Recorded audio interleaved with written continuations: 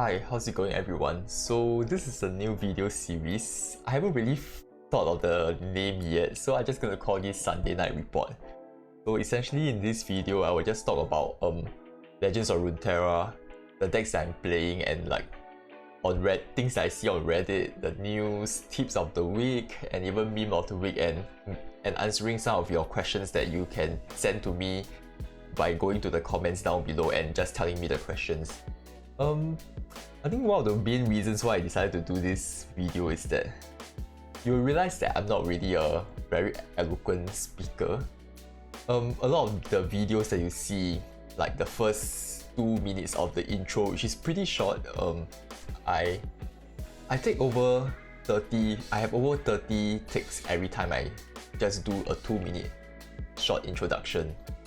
And this really shows, you know, I'm not the best speaker out there. I stutter a lot and all this, and essentially what this new video series is a way for me to just get better at speaking, and hopefully by the time I get enough subs, when I start doing live streaming, it will be much more easier and it will be much more entertaining.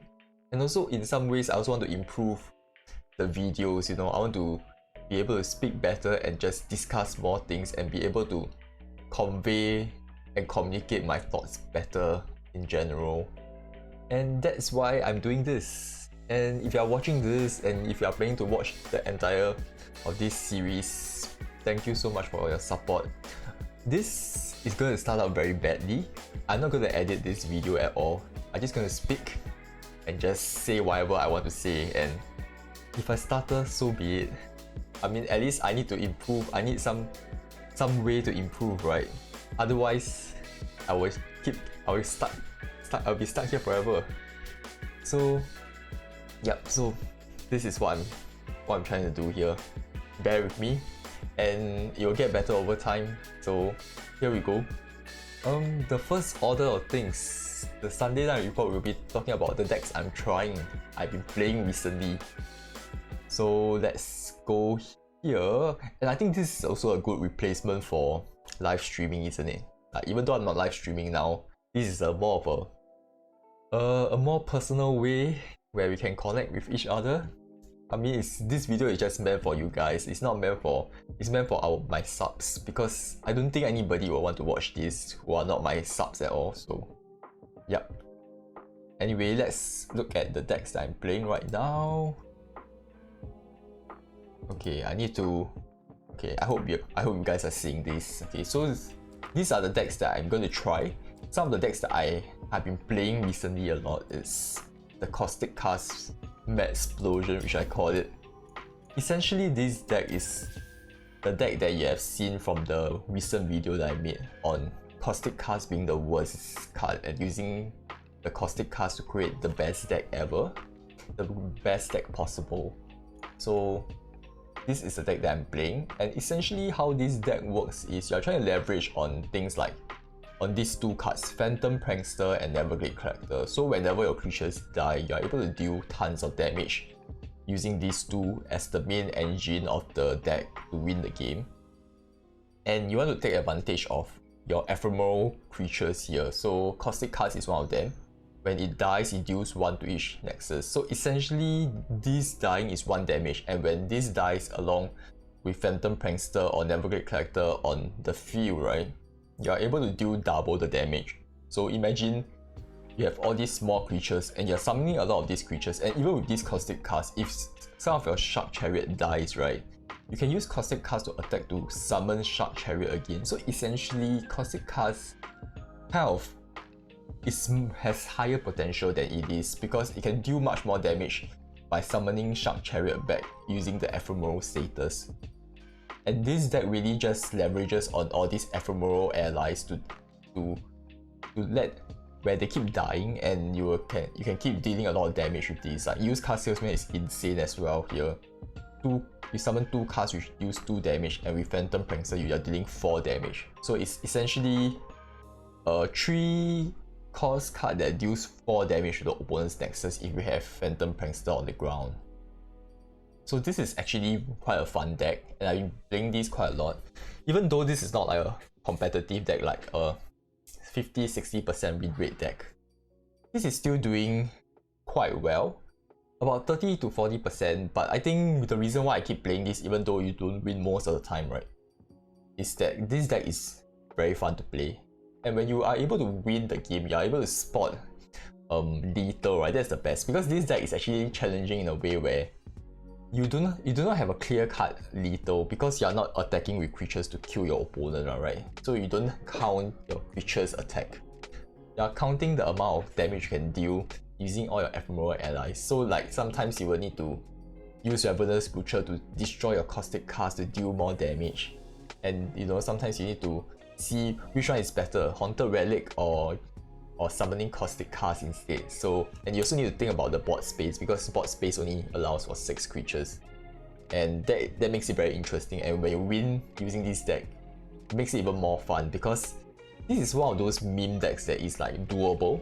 It's not extremely hard to pull off. And this makes it very fun because you are winning games and at the same time you're pulling off some crazy, you know, Caustic cast combo here. So this is the main reason why I continue to play this deck.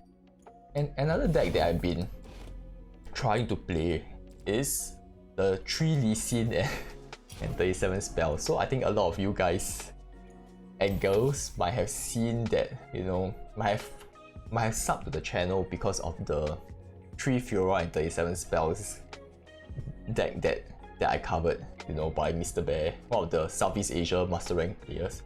And I thought I want to try and create a variant of it where I'm using 3 Lee Sin and 37 spells, and so far I haven't played enough to really test it. I think I tested about 2 times yesterday night, and it's fine so far, but it's a bit harder than Fiora, because Fiora is a confirmed win condition, right? Because once she levels up and she kills a certain amount of allies, you win the game. But Lee Sin is slightly different. Lee Sin is much more expensive, and also you're not winning the game immediately. So this makes it a bit much more challenging. And I'm just gonna try this deck out like again today and see how it goes.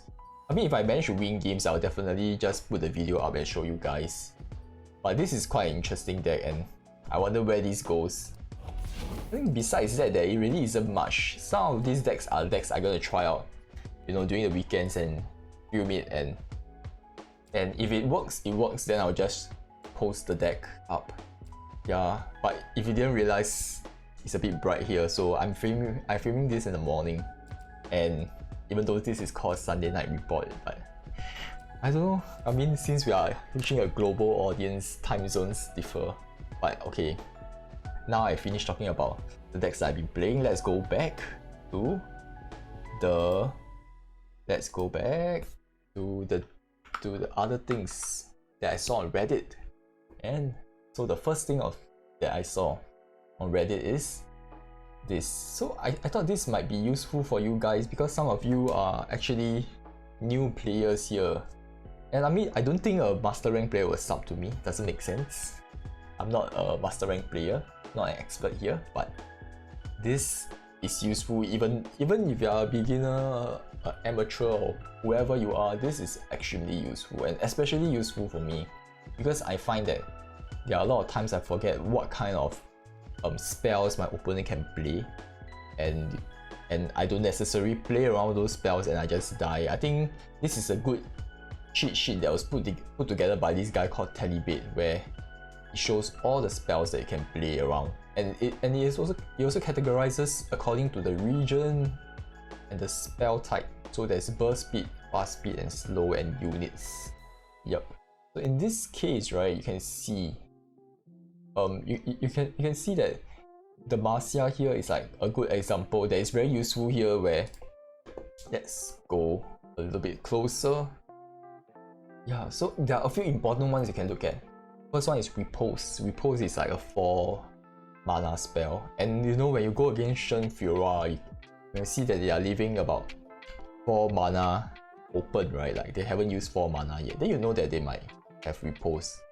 Or even, I think this is not a complete version.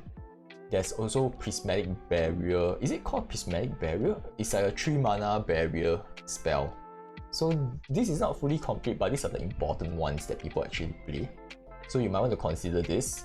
Like if they have 4 mana open or single combat. I mean, if you are playing a Noxus deck, right? Yeah, you have Noxian Fervor. Then if your opponent has 2 mana open, you might and they are playing Demacia, you might think a little bit like, if you cast Noxian Fervor now, would they use single combat to destroy your creatures and deny your Noxian Fervor? And I think the most important one here is Judgment. I think Judgment is something that is extremely preventable. If you see a Demacia deck that plays like very high power creatures, or even Fiora in general, you will know that they might run 1 Judgment or 2 Judgment. And when you open the tag, right, into Demacia, this becomes a problem here, because they will often have they wouldn't have set up their board, right, because they're opening a deck here and they have their full mana where they can cast Judgment to clear your board. So it's important to take note of that when you open a tag, or just in general, if they are leaving a lot of mana open, they might use this, and this is actually a game changer here, a win condition. Because once they swipe out and destroy all your allies, it's quite hard to like kind of redevelop your board. It's a huge tempo loss in the sense, like a huge advantage gained from them. And there are other things here that are quite useful, like these 4 are quite useful here. But these are some things that you can't really deal with, but it's good to know. Yeah, I mean, it's burst speed, you can't really do much to it, but it's good to know that they might have this option available here. When you're against mid-range Ash, there's a lot of Frostbites, which is annoying. Avalanche is an important one. So any kind of beginner you should take note of is Avalanche. I mean, decks do still play Avalanche, and dealing 2 damage to all units, if you are playing aggro, it's important to note that. I mean, sometimes you can't avoid it, so you might want to just try and bait out that card, and you don't want to overplay your hand, you don't want to throw all your cards on the board, because you can always Avalanche. And if they are making weird passing turns, like they are passing turns to you even when they have full mana and they are not playing any cards, then that's a warning sign already. Then Ionia is an important one, the most important one here, I think. The denies and I think Stopify or Notify, I still don't remember the name, but anyway, these are 2 important cards that you need to take note of that can potentially deny your cards, and PNZ, especially the spells here, to take note of. And I think besides that, Noxus is, I think a lot of people, you know, they play these are more common spells that you see, but Noxus might not be as common. I think there hasn't been a lot of Swain decks nowadays, and Ravenous Flock is a very scary one here, because I think even I also don't expect Ravenous Flock. So Ravenous Flock is a 1 mana spell card that deals 4 damage if the opponent is if the enemy's creature is either stunned or damaged. So this is quite a strong card, and sometimes you don't really expect it, and it's quite strong because it deals 4, and 4 damage is a very optimal spot right now, because it's the highest amount of damage you can deal as a spell card, and you can destroy quite a lot of creatures with just a 4 damage spell. So I think besides that, important things like Shadow Isles, Ruination is an important one. Ruination is quite a killer here, and I think that's all for now. So if you are interested, I will put this link in the description below, and hopefully I don't want to be running this report for too long. Hopefully we'll keep it at 20 minutes this time, and we get shorter over time as I get more succinct and more concise with my words. So the second thing that we are looking at is tip of the week. The tip of the week here is, you know, spell lists or spells that don't pop up our Spellshield, that doesn't really pop Spellshield. So I think as you know, right, I think, or as you keep playing Legends of Runeterra, there are a lot of like underlying interaction that you don't really know of or understand, and that weird interactions that doesn't really make sense, like, you know. Then I think you need to keep playing, then you eventually realize it and learn it. And I myself is still learning. Like sometimes I didn't even know that when you use Frostbites on creatures, right, once it becomes 0 attack, it doesn't attack or strike at all. So that is one thing that that is interesting. But as far as Spellshield goes, Spellshield only blocks against spells. So things like fading memories that you cast on your own creatures or iterative improvement, it doesn't pop the spell shield at all. And also Spellshield, wait. Yeah, so like things like this is quite important comment here. So other things that go through Spellshield are effects that don't go on the stack. So essentially what he means by the stack, right, is an easy way to take note of it. So whenever spells you cast, right, as long as they have the circle spell that goes to the middle of the board, right, which is the stack, it will affect the spell shield. So the spell shield is able to negate that. It will pop the spell shield. But there are some things that doesn't go on that doesn't have the circle, which is Iceveil Archer. Iceveil Archer is a 2 mana for 3/1 period card that frostbites your opponent's creature. And that one, when you cast it, it's an immediate frostbite. So it's like a burst speed kind of spell, a burst speed ability. It doesn't become a circle, then it goes on the stack and it affects the opponent. I think there are some creatures that has that kind of ability. I think it's like there's a creature, I forgot what's the name, that can copy other creatures' ability. So when you play it, it will have the circle there. Yeah, so things like Sejuani's play effect, Hired Gun, Infinite Mind Splitter level, and level 2 Swain doesn't affect at all. So these are things that are important to take note of. Sometimes you might be caught off guard, you know, even though you have Spell Shield, but they can still cast Iceveil Archer on you. But I mean, it's still fine. If they want to use Cowling Strike, you can still prevent it because Cowling Strike is a spell. Spell Shield blocks against it. But it's important to take note of this. Yep. So the third one, meme of the week. So this is something that is quite funny. Low effort meme. Aggro players, when Targon players heal out to full HP for the third time, guess I will die. I think Star Shaping is probably the worst. It's the culprit here, you know. I think I play a lot of aggro spiders. I play a lot of aggro decks in general, and I think that's probably the most fun brain dead deck ever, because like I don't want to think so much and I just want to win games. And when you hit so much damage, they heal back 5 damage. It's just like, you know, I guess I will die once you run out all your cards. So this is quite a funny meme, but yeah. So I thought you guys would enjoy this if you play a lot of aggro decks. So I think that's it for the most important Legends of Runeterra news.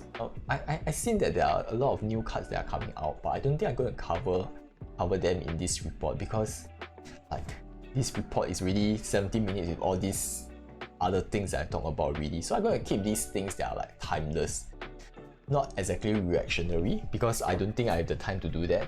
I have a full-time job, by the way, if you didn't know. So I mean, if I didn't have a job, I can react to all these new cards that come out. But otherwise, really, I just want to stick to things that are interesting for now, that are really interesting and they are timeless, that are useful for you guys. I mean, if you are interested in reactions to spoilers and all these things, to new cards, you can always look at the top content creators. I mean, you don't need me, right? I mean, eventually, if I'm big enough, you might care, then I think it's fine. Okay, let's cut to chase. I don't want to talk so much. Let's go to the mailbag section. So the mailbag section, this is the first one, so no questions at all. Nobody asked me any questions. So if you're interested in asking questions, you can leave it down in the comments below and I will gladly answer them. I mean, of course, if the questions are appropriate. Yeah. So if you are leaving a question down below, I can also know that, you know, you have watched through the entire almost 20 minutes. So if I still hear thanks, I realize I keep saying so, but you'll get better over time. But okay, so I also want to take this opportunity to really just, since there's no questions, to talk about why this channel exists. And there are a lot of reasons why this channel exists, but I think one of the reasons why it happened is because of lockdown, COVID-19 lockdown. And I think at that time I was in the last year of university, and I think we really ended our exams and everything, and you know, it's during May when I started this channel, and exams has ended.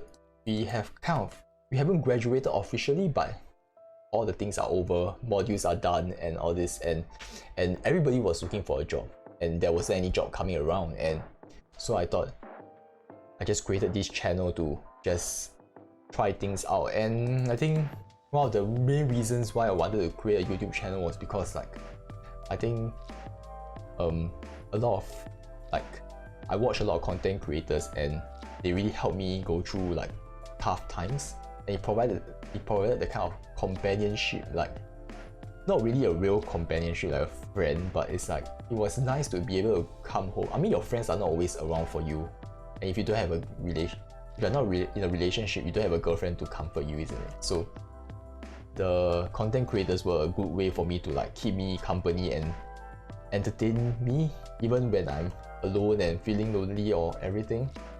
And it was good entertainment, even though when I'm not lonely, I think it's interesting to watch as well, and it was quite inspiring sometimes. And I felt that like, you know, I wanted to give back to the community to create a channel. I mean, there are tons of channels out there, like you don't really need me, right? But I feel that like there is always a channel for someone, and I think I just wanted to contribute to that, and like maybe my particular style of videos and entertainment might fit someone better than other content creators. So I thought I wanted to create a channel to really entertain and help people get through tough times. And I think that is really the whole premise of the channel, and where the goal of this channel is really like, as much as popularity is important to drive the channel, I think our core focus and purpose here is to just keep